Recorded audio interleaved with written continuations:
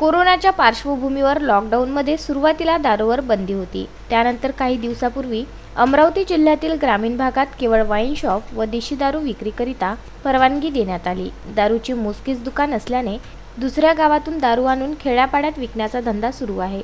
मात्र दारूची शहरातून तस्करी करताना व्यावसायिक मोठी शक्कल लढवित असून चांदूर रेल्वे पोलिसांनी चक्क भाजीपाल्याच्या नावावर मारुती ओमनी व्हॅनमधून दारू नेताना आरोपीला पाठलाग करून पकडले।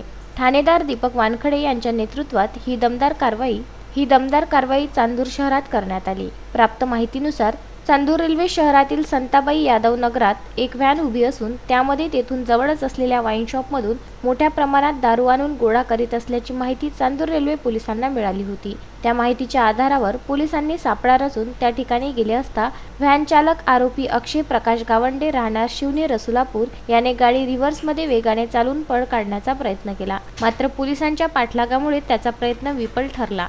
पोलिसांनी मारुती व्हॅनची झडती घेतली असता त्यामध्ये दारूच्या बाटल्या आढळून आल्या। पोलिसांनी दारूसह मारुती ओमनी व्हॅन किंमत 90,000 रुपये असा एकूण 98,860 रुपयांचा मुद्देमाल जप्त करून आरोपी अक्षय गावंडे याला अटक केली आहे। अमरावती शहरामधील दारूचे दुकान बंद असल्याने व चांदूर रेल्वे हद्दीमध्ये एकच दुकान दारूचे चालू असल्याने त्यामुळे यवतमाळ शहर, अमरावती शहर येथील लोक फार मोठ्या प्रमाणात दारू घेण्यासाठी इथे येत असतात आणि लोक वेगवेगळ्या युक्त्या लढवत आहे।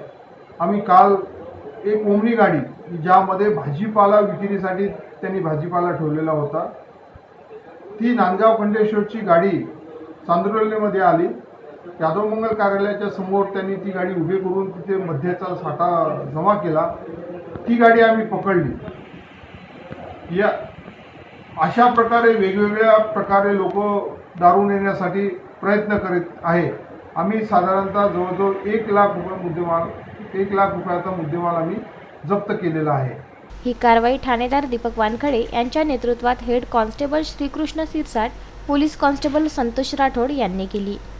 राजीव शिवणकर व बंडू आठवले, विदर्भ न्यूज, चांदूर रेल्वे।